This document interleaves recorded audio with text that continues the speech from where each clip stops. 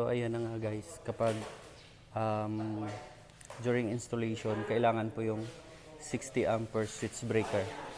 Ito po yung 60 ampere switch breaker. At dapat may wirings. Wirings niya is size 10. At dalawang saksakan dapat. Yun po yung hose. Hindi pala aabot ng 3 meters yung hose natin. Nasa 1.5 lang. Hose ng ano yan, ng Ipa. ipa? Labhang. Pwede palitan ng PVC. Ilang size yan, Sir Jess? 2 inches yata, no? 2.5. 2.5. Mas maganda kung PVC na. Oh.